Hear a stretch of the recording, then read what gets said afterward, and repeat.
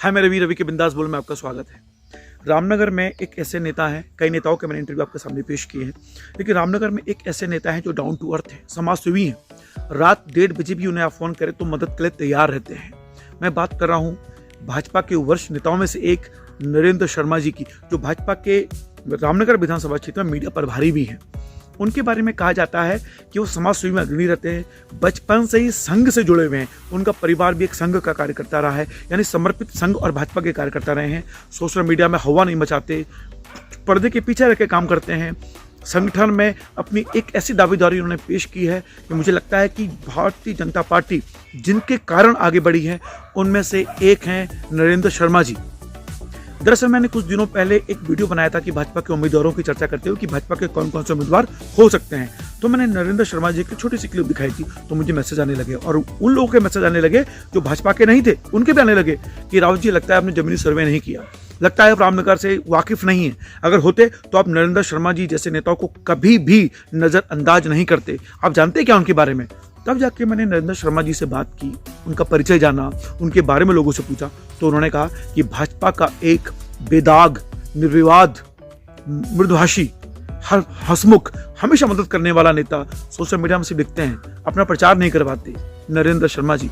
मुझे लगा कि ऐसे नेताओं के इंटरव्यू आपके सामने आने चाहिए, रामनगर के लोगों को, ऐसे लोगों को सुनना चाहिए। और मुझे लगता है कि भाजपा के हाईकमान जितने भी हैं, संघ के लोगों को, ऐसे नेताओं को सामने लाना चाहिए। अगर भारतीय जनता पार्टी इस बार टिकट देना चाहती है किसी और को, तो नरेंद्र शर्मा जी को भी सामने रखे, उसके आधार पर वो वोट दे। रामनगर में आप ब्राह्मण ठाकुर की बात ना करके एक ऐसे चेहरे को सामने रखें तो भले ही ब्राह्मण चेहरा है पर एक भारतीय जनता पार्टी का समर्पित है, उत्तराखंड का एक समर्पित नागरिक है, उसको आप सामने रख के वोट करें। और मुझे लगता है कि कई उनकी समाज सेवी खबरें मैंने सुनी कि रात में एक रामनगर में कैंसर पीड़ित बच्चे की मदद करी, उसके लिए फंड इकट्ठा किया, परेशान रहे, उसकी मदद को आगे रहे। तो ऐसे हैं नरेंद्र शर्मा जी, सुनिए इनका इंटरव्यू। और निश्चित रूप से मैं चाहता हूं कि भारतीय जनता पार्टी ऐसे एक समर्पित कार्यकर्ता जो समाज की सेवा भी करते हैं उनको सामने रख के सोचे। सुनिए इंटरव्यू। तो आज हमारे सामने मौजूद है नरेंद्र शर्मा जी, जो मीडिया सलाहकार हैं भाजपा के रामनगर से। तो रामनगर विधानसभा में ऐसा चेहरा है जिन्हें समाज सेवी माना जाता है। समाज सेवा के बीच आप खुद को भारतीय जनता पार्टी में कहाँ देखते हैं? देखिए, मैं भारतीय जनता पार्टी का कार्यकर्ता तो बाल्यकाल से रहा। अपने जो है, जब मैं कक्षा 8 में पढ़ता था तब से भारतीय जनता पार्टी के पोस्टर चिपकाता था मैं। और 1984 में से जो है हम लोग जो है इस काम को करने लगे और धीरे धीरे मैं अपनी पार्टी के अंदर विभिन्न दायित्वों का भी निर्वहन किया। जो भी दायित्व मुझे दिया गया उसको मैंने सहर्षता से जो है स्वीकार किया और उसमें काम किया। उत्तराखंड में, खासकर रामनगर में ब्राह्मण ठाकुर राजनीति में बड़ा ही योगदान है। तो इस राजनीति में कहाँ खुद को फिट मानते हैं आप? ये मानते हैं कि यहाँ तो सिर्फ ठाकुर को टिकट मिलेगा, ब्राह्मण को नहीं मिलेगा, तो आपको लगता है कि ब्राह्मण होने के नाते आपको टिकट से महरूम रखा गया है? देखिए, मैं राष्ट्रीय स्वयंसेवक संघ का कार्यकर्ता हूँ और मेरे वहाँ मेरी पार्टी के अंदर, मेरे संगठन के अंदर इस चीज़ को कहीं पर कोई स्थान नहीं है। ऐसी चीज़ों के लिए कोई स्थान नहीं है। ब्राह्मण ठाकुर ये जातिवाद के लिए कोई स्थान नहीं है हमारे पास। हमारे पास एक संगठन है, हम उस संगठन की नीति और रीतियों के आधार पर ही आगे चलते हैं और उसी के आधार पर हमारी पार्टी टिकट भी देती है। उस पर कहीं जातिवाद का कहीं वो नहीं है। ये तो समाज में कई लोग कहते रहते हैं, इन विषयों से जो है इतना बड़ा राष्ट्रीय दल है कि इतने सालों से आप सेवा कर रहे हैं भारतीय जनता पार्टी की, विपक्ष भी आपके लोग आपकी तारीफ कर रहे हैं, फिर भी आपको टिकट नहीं मिल पा रहा है, क्या रीजन है? यही तो रीजन है कि ब्राह्मण होने के नाते टिकट नहीं मिल रहा है आपको? नहीं, ऐसा कुछ नहीं है, ऐसा कुछ नहीं है। इस नाते से मुझे जो है टिकट नहीं मिल पा रहा है, मैं ये नहीं मानता। लेकिन टिकट भी जिसको भी मिल रहा है वो भी तो मेरा ही कार्यकर्ता है, वो कोई बाहर का थोड़ी है। अच्छा, वो भी तो मेरी पार्टी का कार्यकर्ता है। लेकिन आपकी पार्टी में जबरदस्त गुटबाजी है। नहीं, गुटबाजी नहीं है, ये तो जो है अपने अपने लिए जो है टिकट मांगने का प्रयास लोग बात कर रहे हैं। लेकिन आप देखेंगे सबने थामा किसको है? सबने कमल के फूल को थाम रखा है। सबने, चाहे कोई किसी प्रकार के कहीं इधर उधर कहीं भी है, लेकिन उसने पकड़ा कमल का फूल है। अंतोगत्वा भारतीय जनता पार्टी से जुड़ा हुआ व्यक्ति कोई भी होगा वो भारतीय जनता पार्टी के लिए काम मानते हैं कि कई सारे गुट शामिल हैं टिकट मांगने में। कौन से गुट में शामिल हैं आप? मैं किसी गुट में शामिल नहीं, मेरा गुट एक है, भारतीय जनता पार्टी मेरा गुट है। अच्छा, आपके विधायक का कार्यकाल कैसा रहा? मैं अपने विधायक जी का कार्यकाल बहुत सही मानता हूँ और हमने इस विधानसभा के अंदर हमारे यहाँ रामनगर से इससे पहले पंडित नरेंद्र तिवारी जी ने भी चुनाव लड़ा और मैं विपक्ष को ये कहना चाहता हूँ कि पंडित नरेंद्र तिवारी जी ने जितने रुपयों के करोड़ों के रुपयों के कार्य इस विधानसभा में कराए हैं, उससे अधिक रुपयों में के कार्य जो है हमारे रामनगर के वर्तमान विधायक दीवान सिंह बिष्ट जी ने कराए हैं। 400 करोड़ रुपए के काम है। मुझे अफसोस तब होता है जब कुछ लोग कहते हैं कुछ नहीं हुआ, कुछ नहीं हुआ। ये जो है ये अच्छी बात नहीं है समाज के अंदर, कुछ नहीं हुआ।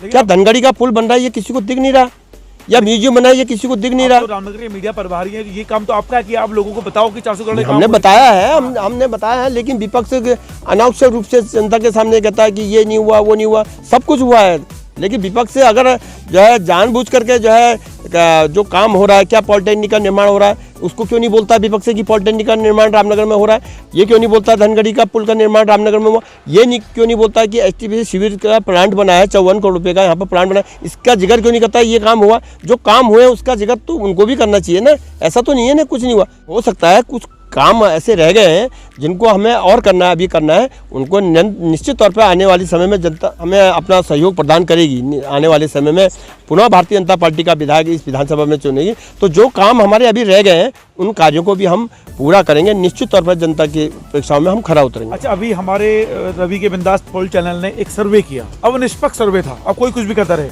उसमें आपकी पार्टी को 926 वोट में से 415 वोट मिले और कांग्रेस पार्टी 381 नंबर पर रही, यानी सर्वे में आप जीत गए।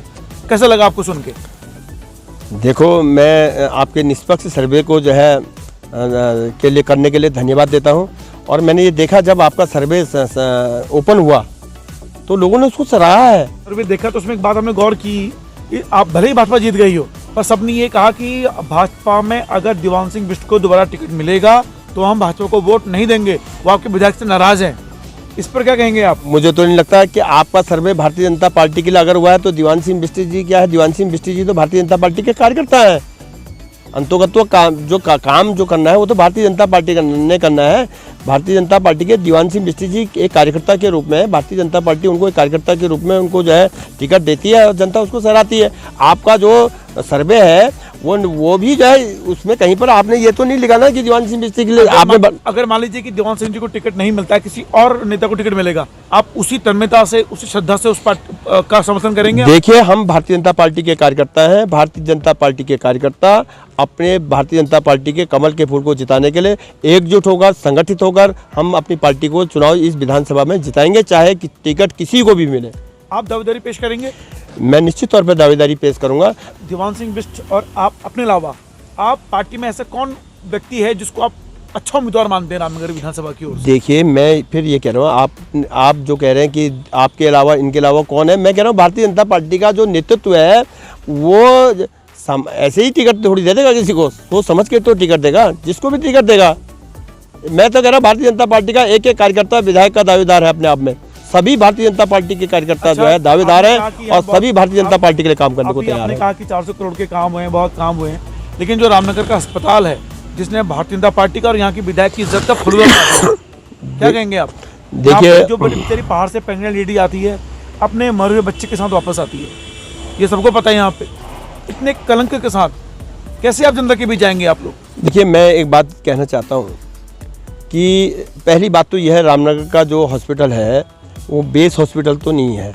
और रामनगर में पिछले बार जब पहले अस्पताल चलता था तब भी ऐसे आंदोलन लोग किया करते थे। कांग्रेस पार्टी ने ही उत्तराखंड के अंदर पीपी मोड की नींव रखी। कांग्रेस पार्टी ने रखी, हमने नींव नहीं रखी है पीपी मोड की उत्तराखंड के अंदर। उत्तराखंड के अंदर अगर पीपी मोड की अस्पतालों में नींव रखी तो वो कांग्रेस पार्टी ने ही रखी। और रामनगर में भी जो है अस्पताल जो है पीपी मोड पर चालू है।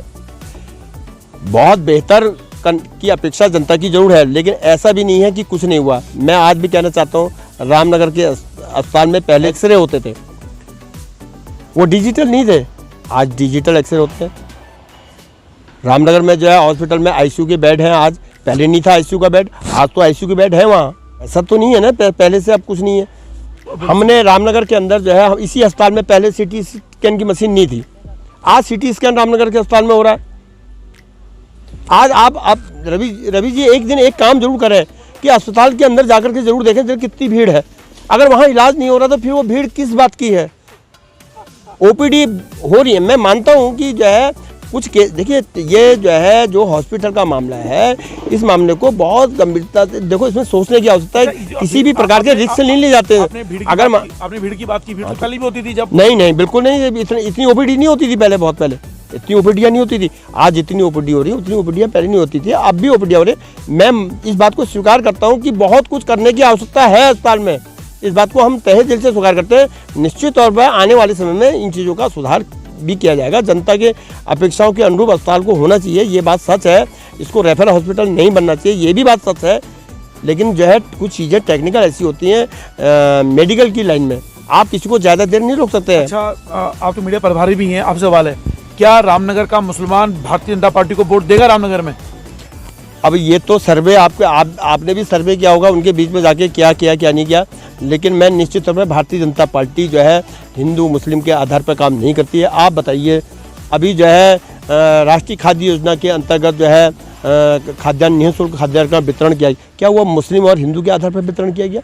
आयुष्मान कार्ड जो का उपयोग जो है, अभी मेरे संपर्क में एक जो है मुस्लिम युवक आया था, उनने कहा कि मेरी माताजी केवल ये आयुष्मान कार्ड से बच गई। मैं ये नहीं कह रहा हूँ, मुझे ये इस आधार पर नहीं, मुझे मालूम है कि किया है। और अगर बावजूद भी क्या मुसलमान मैं ये मुस्लिम समाज से ये अपेक्षा करता हूँ कि अगर उनको ये लगता है कि भारतीय जनता पार्टी की सरकार बिना किसी भेदभाव के आधार पर जो है काम करती है, तो निश्चित तौर पर हमको भारतीय जनता पार्टी को वोट देना चाहिए, ऐसी मेरी अपेक्षा है। अच्छा, महंगाई बेरोजगार के मामले में भारतीय जनता पार्टी तो शून्य हो रही है।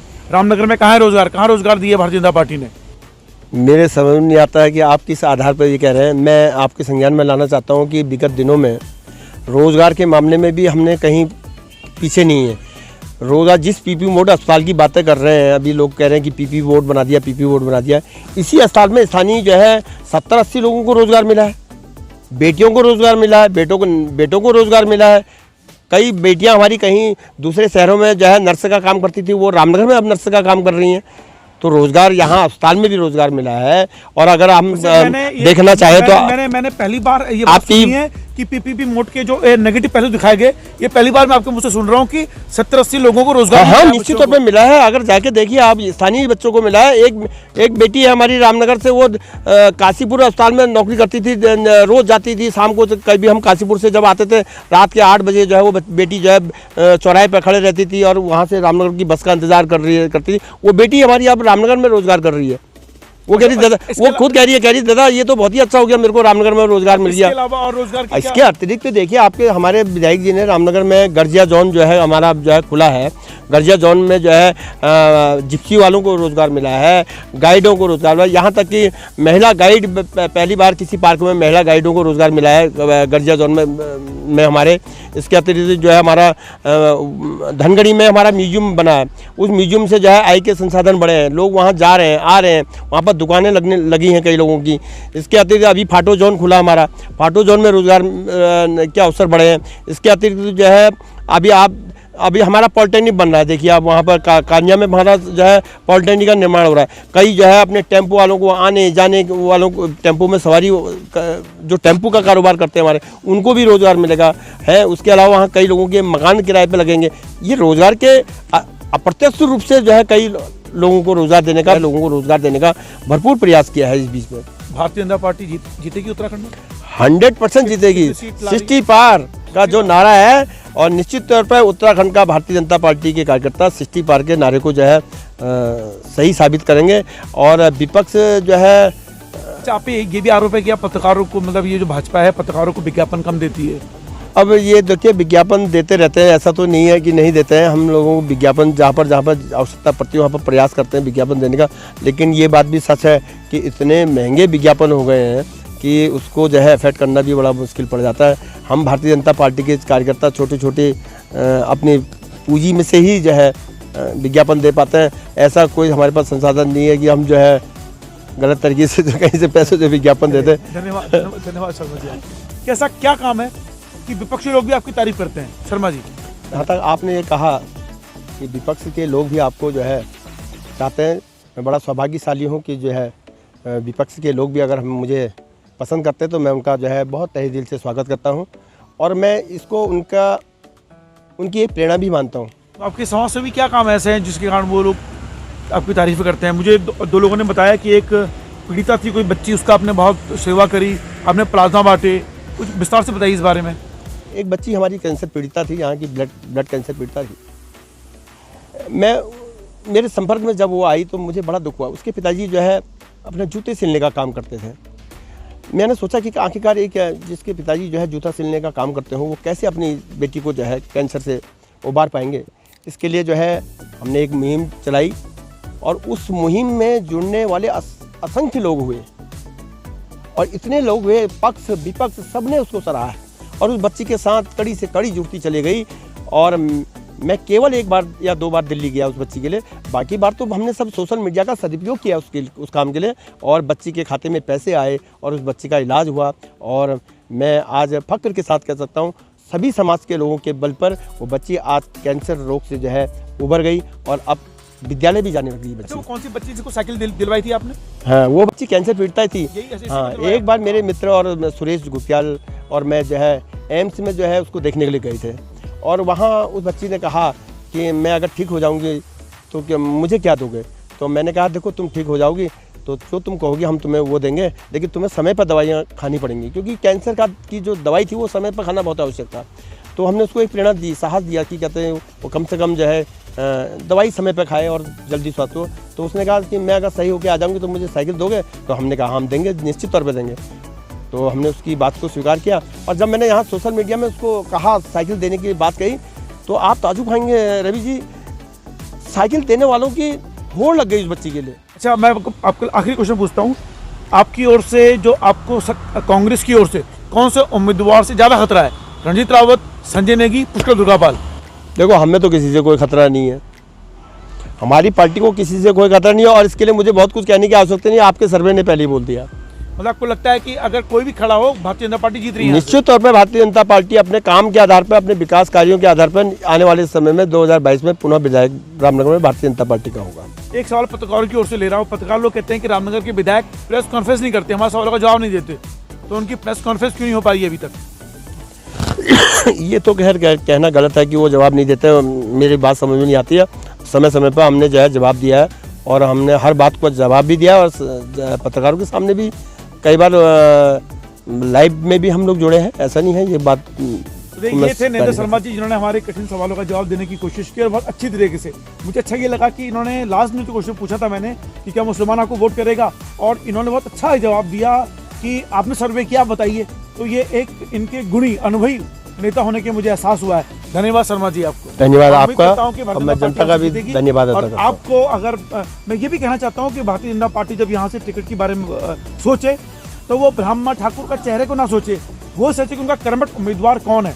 और निश्चित रूप से अगर नरेंद्र शर्मा जी को वो विचार के तौर पे लाते हैं तो आपको एक बहुत अच्छा स्वच्छ छवि का नेता मिलने जा रहा है उन लोगों को जो टिकट बांटने की कोशिश कर रहे हैं। शर्मा जी, मैं कामना करता हूं कि आपको टिकट मिले और भारतीय जनता पार्टी की ओर से आप चुनाव लड़ें और जीते भी। मैं तो केवल एक ही कामना करता हूं कि भारतीय जनता पार्टी रामनगर विधानसभा का चुनाव जीते। धन्यवाद शर्मा जी आपका।